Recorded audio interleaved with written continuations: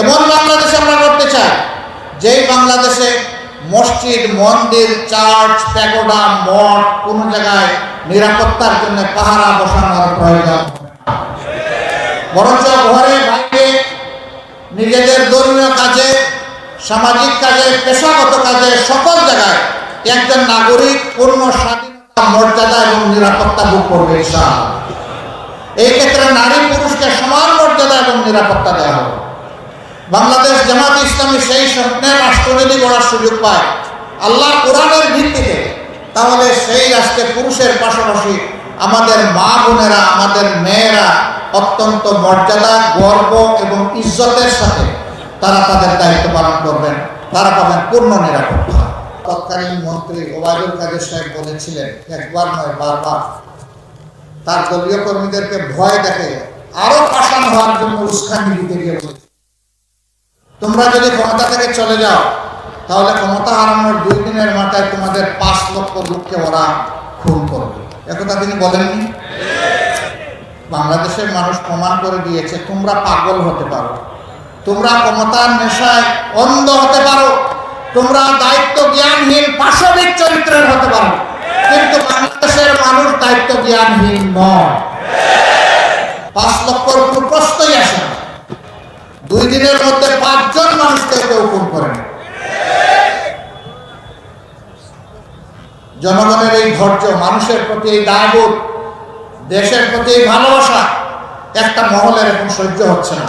শেষমেশ ইসকনের লোকেরা নির্দয়ভাবে একজন আইনজীবীকে খুন করলো প্রকাশ্য দিবালু, ত্রিফলা দিয়ে কুপিয়ে কুপিয়ে।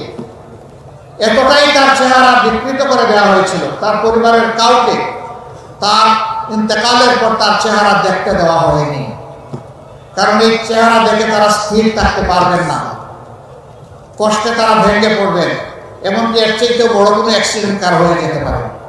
এই জন্য তার বাবাকে পর্যন্ত তার চেহারাটা দেখতে দেওয়া হয়নি। কত নির্মমভাবে তাকে খুন করা হয়েছে। এই খুন করে মূলত এদেশের দেশপ্রেমিক মানুষ, বিশেষ করে মুসলমানদেরকে উস্কানি দেওয়া হয়েছিল, তোমরাও কিছু করো। আমরা তখন সাথে সাথেই তাদেরকে অনুরোধ করেছিলাম, শান্ত থাকুন এবং মাঠ নিজেদের নিয়ন্ত্রণে রাখুন। আলহামদুলিল্লাহ দুটাই হয়েছে, তারা শান্তও থেকেছেন, মাঠও নিয়ন্ত্রণে রেখেছে। ওরা এখন গর্তে ঢুকেছে খুনিরা, কিন্তু তাদেরকে বিদেশ থেকে বাতাস দেওয়া হচ্ছে। আমরা ধন্যবাদ জানাই এই দেশের বিশেষ করে হিন্দু ধর্মাবলম্বী বাইরে, তারা তাদের বিবেকের জায়গা থেকে প্রতিবাদ করে বলছেন আমরা শান্তিতে আছি, তোমরা আমাদের শান্তির উপর আঘাত দিও না, আমাদেরকে শান্তিতে থাকতে দাও। ভারতকে তারা বলেছে আমাদেরকে দিয়ে আর খেলো না, বহু খেলা তোমরা খেলেছো, এখন তোমরা শান্ত হও। আমরা এই দেশে ধর্ম বর্ণ নির্বিশেষে ভালো আছি, ভালো থাকতে চাই। আমরা তাদেরকে অভিনন্দন জানাই।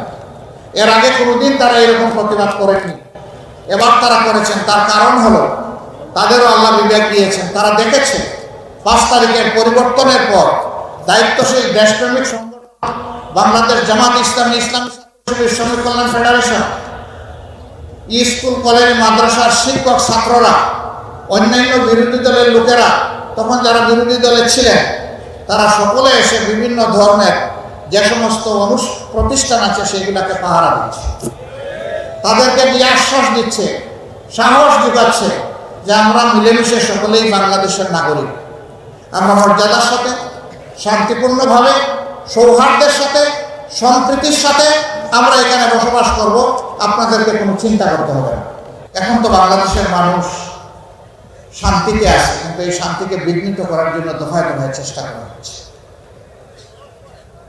ইনশাআল্লাহ আমরা আশাবাদী একটা ঐক্যবদ্ধ জাতি সকল ষড়যন্ত্র মোকাবেলা করে সামনে এগিয়ে যাবে ইনশাআল্লাহ।